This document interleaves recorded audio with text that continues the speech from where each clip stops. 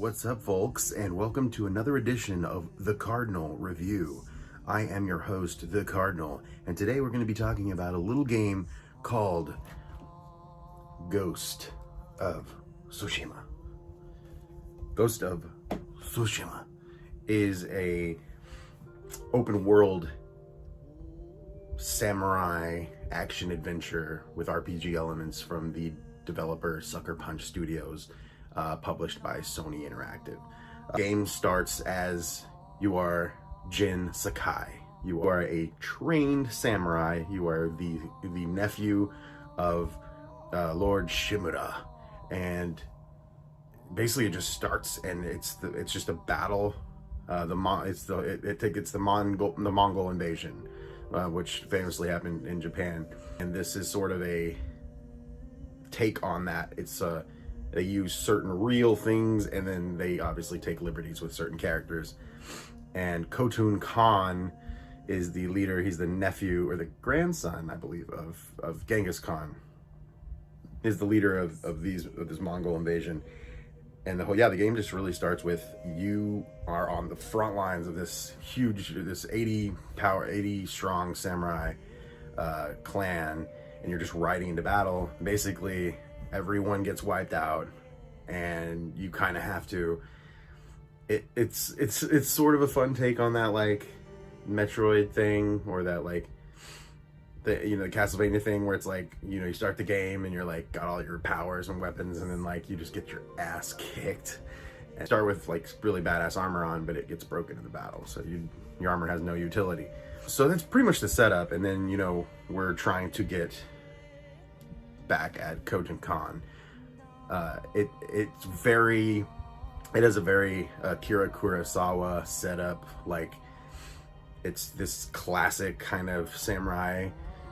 They're not doing anything new in this story. It's not gonna like totally blow the lid off of what you thought a samurai plot could be. This is very like by the numbers samurai story, which is not a bad thing, because in a time where we have some really out there storytelling and stuff, that it's almost like comfort food, because it's like, oh, I miss this shit. I kind of miss this just like old school samurai, like, let's go. So I really like the setup. So, and then right out the gate, you're thrown into combat, and at first you're kind of like, wait, what? There's no lock-on button. And I think at first, I just want to let everyone know there is no lock-on. And I know at first you're going to be like, wait, what? It's a samurai game. How the hell can you not lock onto your enemy? You have to go into this realizing that they took a lot of the Batman Arkham games combat, like, and the Shadow of Mordor, that kind of combat system where you are bouncing between different foes. It's not meant to be like a single, thing. And once you get used to it, there's a huge learning curve to the combat, but we'll get to that in a second. But yeah, that's basically the setup. And yeah, you get your teeth kicked in. Lord Shimura gets captured, your uncle, and then you're left to go try and save him, and then obviously defeat Khotun Khan, if that's what happens. I don't know. I have not finished the game yet, but I am about 35 hours in, so I think I'm good enough to give you some impressions of how I feel about the game at this point. We'll go straight into the graphics. The graphics are, it's spellbinding world design. It's nuts how good this game looks. I've heard people say that they can't even play the game because they spend so much time in photo mode. They're just like, I can't even play the game, because I'm just, every few steps I'm taking pictures, because this game is so gorgeous. And it's true, the game is, it's not even that, because like, The Last of Us Part 2 is probably the best, like, graphically speaking, something like The Last of Us 2 or like Death Stranding, but something about the colors and the vibrancy and the like brilliant like foliage and all, it all evokes this dreamlike feeling, and it feels very, it has this like glow to it. the whole game just has this dreamlike glow, which is funny because it's like the first game set in Japan, or you know, game like this that's set in Japan that's fairly realistic as far as like story goes. You're not fighting a dragon at any point. Like, it doesn't get mystical on you. Like, it's not like that. And they don't even do the thing that even like Ubisoft does, where they're like, it's kind of realistic, but then you're gonna like take a drug and then you're gonna hallucinate and think you're fighting like a god or whatever. No, they don't even do that. So it's pretty big, but it's the visuals have such a majestic beauty about them, and I think they took some cues from Breath of the Wild. But because this is running on, you know, I played this on the PS4 Pro, it's almost like, what would Breath of the Wild look like if it was in Japan and they had the graphical prowess of a PS4 Pro? And man, it's breathtaking. It really is. I mean, there's so many times where you climb up to a mountain and you're just like, holy shit. And you're just like taking screenshots, you're spinning the camera around, you're zooming it in.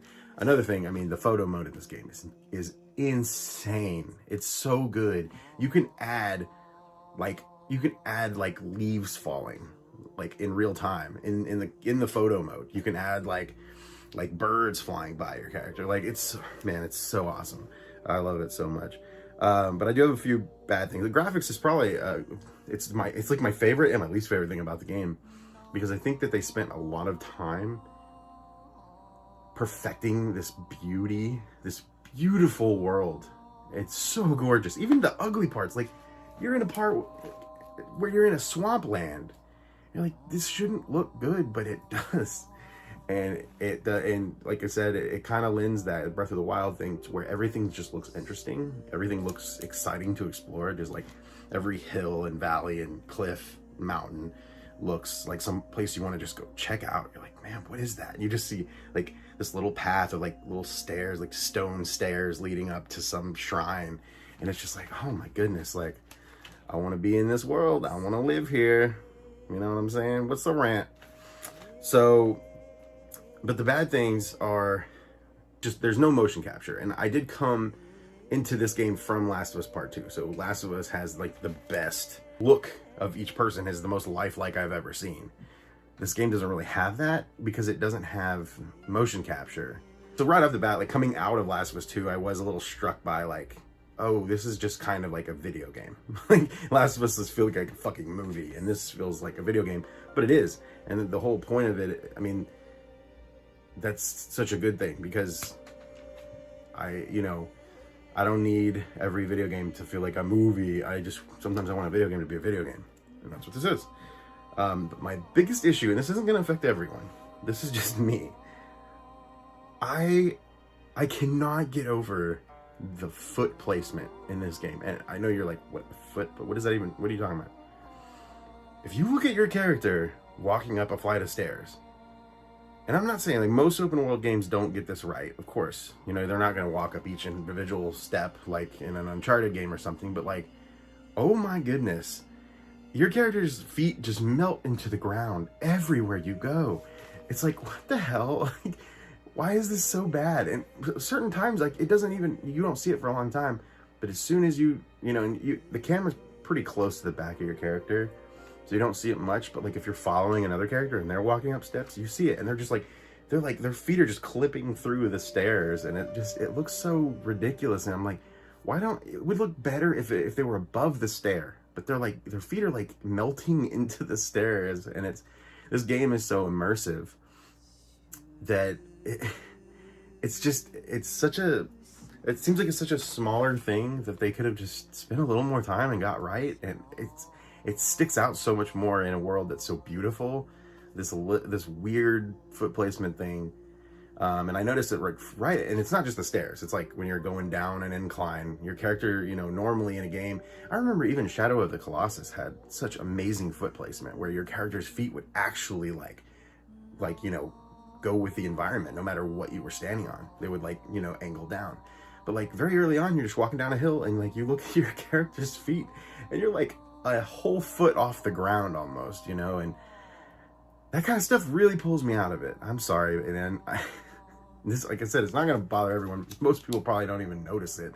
And that goes for a lot of other different things. There's just a lot of clipping in general. And there's that thing, you know, which is in like every video game now, where you go to a, like, you know, little thing in the wall and your character goes to squeeze through it. And in most games, you know, it's fine because, like, you know, you see like Nathan Drake, he's squeezing through a thing, or like in The Last of Us or whatever. But in this, your character has like a giant helmet, a samurai helmet on, and a big bow and arrows and swords and shit all over. And they go through this little thing, and then all of your equipment and your hat and everything just clips right through the... It feels so... I don't understand why it's there. I'm almost like, we didn't need to put these in here, or just make them a little wider, you know, like to where it doesn't look like you're just... your items just disappear through this thing. That stuff happens on your character, the character model as well. Some of the armor, like the helmet clips through the shoulders. That stuff doesn't bother me as much, just because, you know, some games, like where you're trying to render so many different types of armor and swords and different stuff, and it's like, yeah, well, something's bound to like not quite work. But in the environment, I don't understand why they didn't fix this tiny thing that just again, like it's so immersive. The game's so immersive that this feels very, very exposed. But that being said, also the armor design in this game is so good. Armor design looks amazing. It just, every piece of armor looks cool. I want to wear everything. This game, I keep switching back and forth because they just look so good. Oh, another thing I forgot in the graphics department, there's an actual mode called Kurosawa mode, where the whole game, you can play it in like black and white, and the audio, it feels like it's 10 to down, and it like muffled almost. And then there's like a film grain, almost like, you know, old movie effect over it, and it's pretty cool. But like I said, the use of color and the design of this world is so gorgeous. I think that mode really takes away from... It's cool that it's there. I don't know why anyone would play through the game in this mode. I would probably play through like a second playthrough. You know, but it's, for a first playthrough, you're robbing yourself. It's like I said, it'd be like playing Breath of the Wild without color. Yeah, visuals, to recap, absolutely amazing, spellbinding world design, but just a little weird clipping here and there that takes you out of it. Now, going on to sound, music, voice, the sound design is great. Sound design is great. Especially the thing that I love the most about the actual sound design is just the clashing of the katanas when you're in a battle, when you're in, like, especially the samurai to samurai. It feels so rich. It's just so, like, it feels so good. Every time they clash, it's just the feedback is so... Some games, it feels like it's not loud enough, or there's just not enough feedback when you attack somebody. Like some of the certain Assassin's Creed games, which this shares a lot of DNA with, but those games never had punchy combat, which this has. Punch, you shoot an arrow, just the pullback of the string, you know, like they really nail that.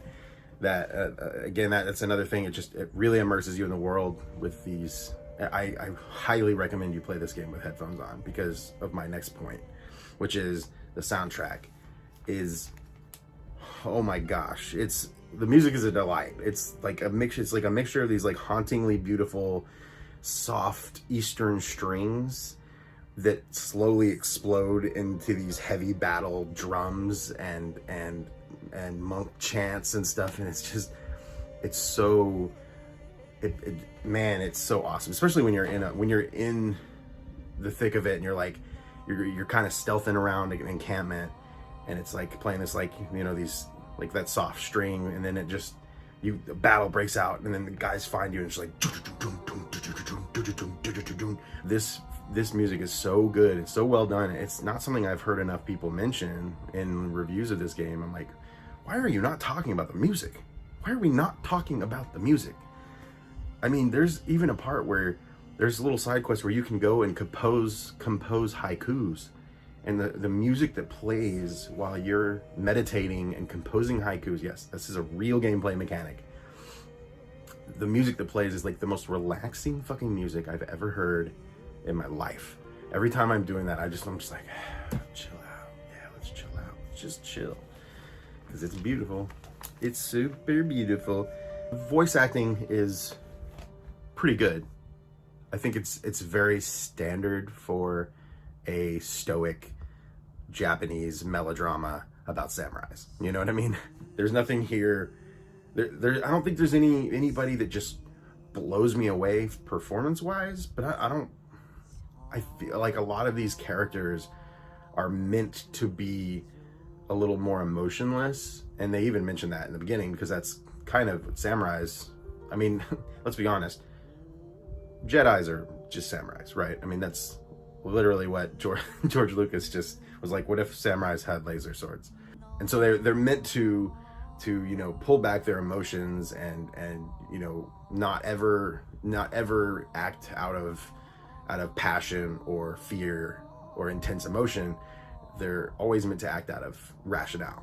So they're all very composed most of the time, and I think that's just sort of how that like that Akira Kurosawa, that type of film and that type of plot works, when these characters are a lot more, they're just not super over the top, right? Like, we don't need that in this game. And there's already, like, you know, there's the obligatory, like, comic relief character, of course, but, you know, and there's some good lines and stuff in there. I'm not saying the game, like, it's not like it's not well written or anything. It's just, it's acted well. It's actually, the Japanese voiceovers and the American voiceovers are done by the same actors, because all the actors are actually Japanese. So that's pretty cool.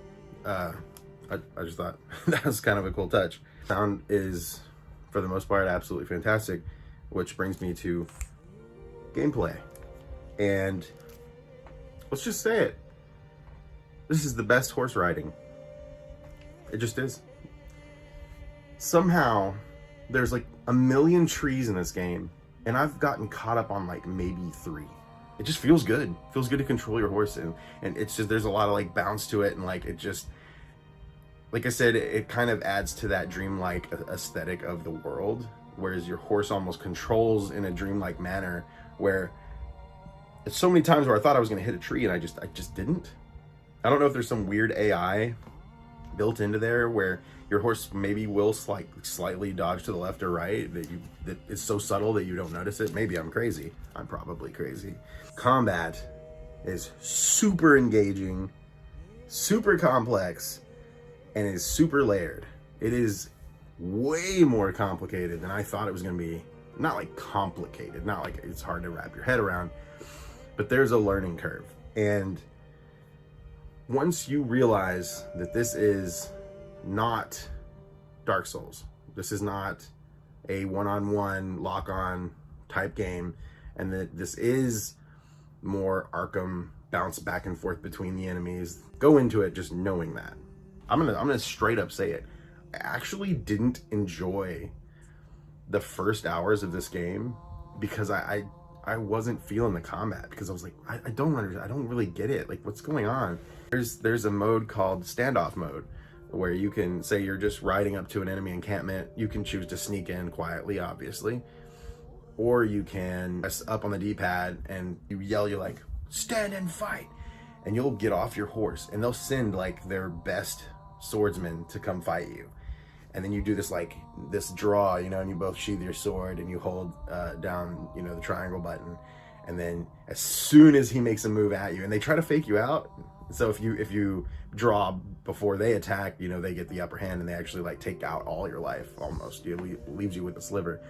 But if you get them, you know, boom, and then you can even upgrade that to where you can chain that together. And so like you'll get that, and then another guy will run up, and if you nail it right when he attacks, boom, and you pretty much can take out like 4 guys just right at the beginning. Once you wrap your head around what kind of combat this is, that you realize this is an Arkham game, because at first you're going to want to lock on. Like, you're going to be constantly clicking in the right stick. You're like, why can't, this feels so dumb. Now I'm like, I don't even miss it. I don't at all.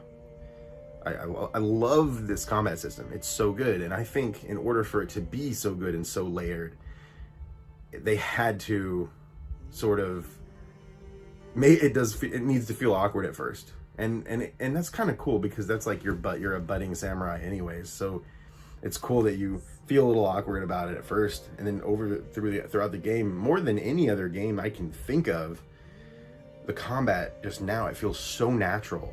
And then you have different stances to combat different weapons, right? So so you'll have a swordsman, so you start out with just your sword stance, and you have to unlock them by killing leaders of camps and stuff. You have your swords, stance, and then you have your shield stance, which counters, enemies with shields. And then you have your spear and axe stance, and then you get your moon stance, which combats brutes, like bigger dudes. And what this does is that this breaks their guard. If they're a guy with a shield and you start attacking them with your strong attack, when you're in the shield stance, you'll break their barrier, and then they're like open for attack, and then that's when you get them. And that's just, it's so, like I said, there's a lot of layers to it, but it's cool because it's a samurai game. Why wouldn't you want to feel like a badass samurai? And in a lot of ways, it reminds me sort of Jedi Fallen Order, where the beginning of the game, you do feel like, am I just bad at combat? What is happening? I die so much. And in this game, you're that way. It's that way. But the more you play it, like the more you're like towards the end of like Star Wars Jedi Fallen Order, I was like, I am a Jedi. Whereas in this game, like towards the end of this game, it's gonna be a battle that once that combat clicks, and you walk up to like a group of like 20 dudes, and you take them all out. Just you utilize like everything in your arsenal, and you're switching between stances on the fly. Like every dude that runs up to you, shield guy, shield stance, bam, bam, bam. And then a sword guy, sword stance, bam, bam, bam. And then they all just like fall to the ground, and then you like jump off of there, and you just like land, and you just like, and there's a button to sheath your sword. Of course there is.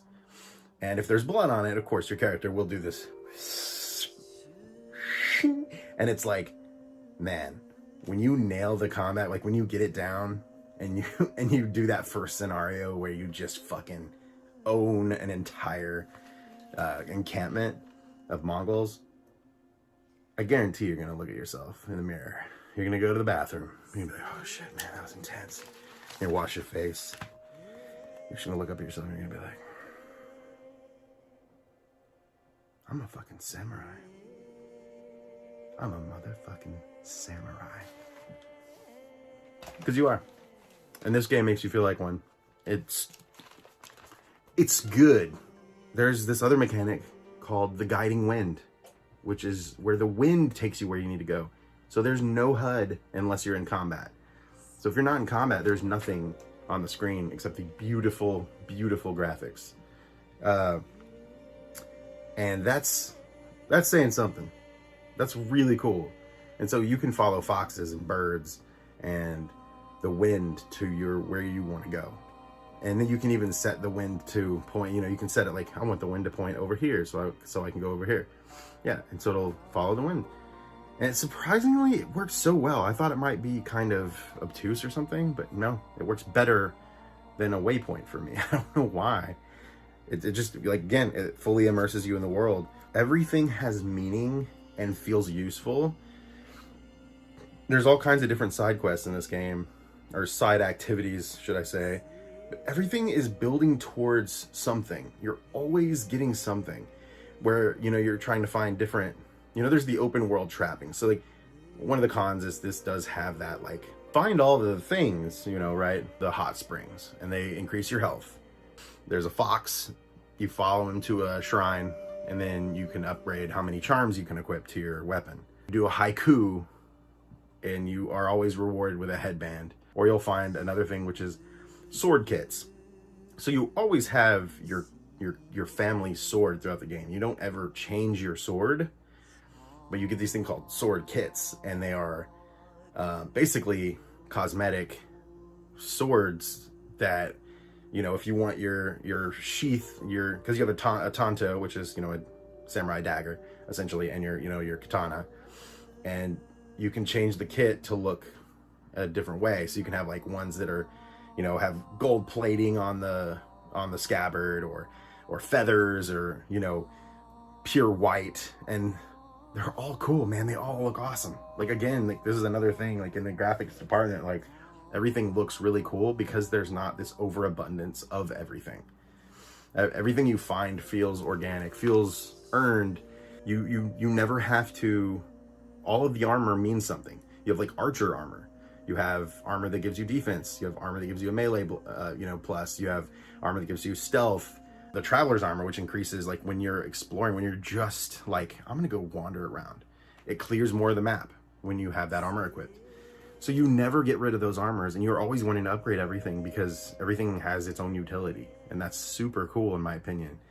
I don't know. And again, that's another like open world thing that I don't see done very often. I mean, I think Bloodborne did that a little bit, where it was kind of like it didn't really matter in the end what armor you used.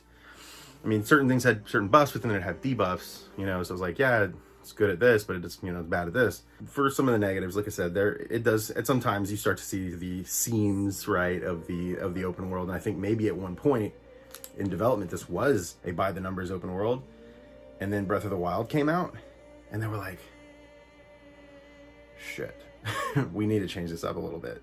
And the Witcher 3 as well, you can tell that there's some side quests and stuff that feel very meaningful, that don't feel just like, go get me a flower.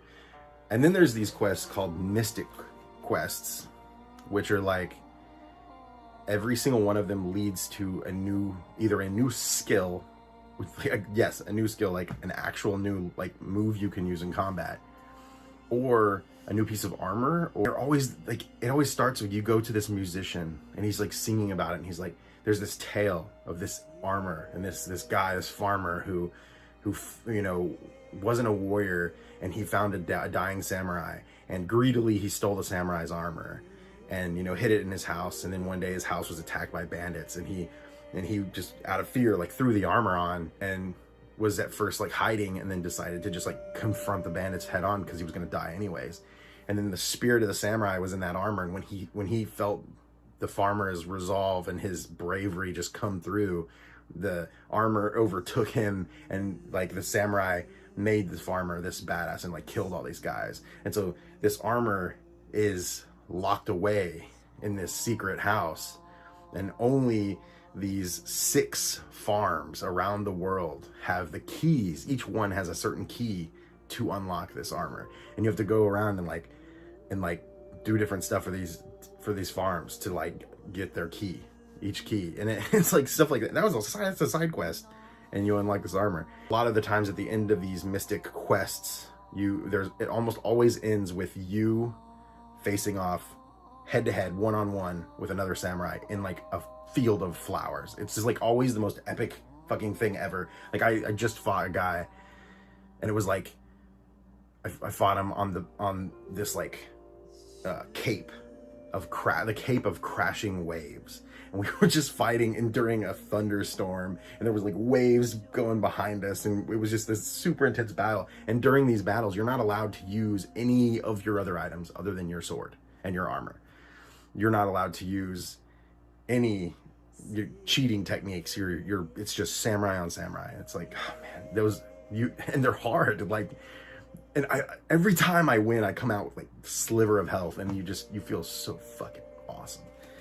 So yeah, I mean, the only real other negative I have is the AI is a little dumb sometimes, but it's an open world game where there's stealth. I don't know a lot of open world games where the AI is like really amazing. I mean, I guess Breath of the Wild had pretty decent AI, I think, maybe. I don't remember a lot about AI in open world games. I don't know. But I'm not an AI guy. I don't really care that much. Play it on a harder difficulty. You know what I mean? If you want a challenge, just do it. So yeah, I mean, those are my thoughts.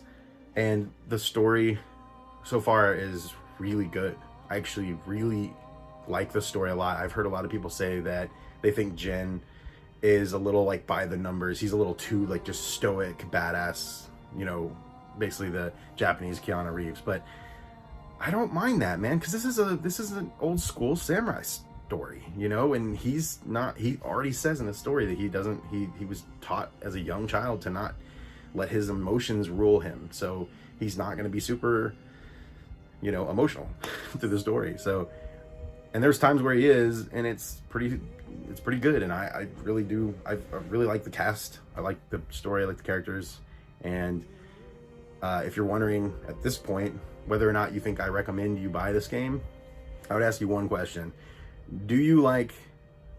Does an open world samurai game sound awesome to you? Yes. Yes, it does. If you said no, unsubscribe to my fucking channel. No, I'm just kidding. I mean, it's one of my favorite PlayStation exclusives. It's so good, and it's such a great swan song for the PS4 to go out on. I absolutely adore this game.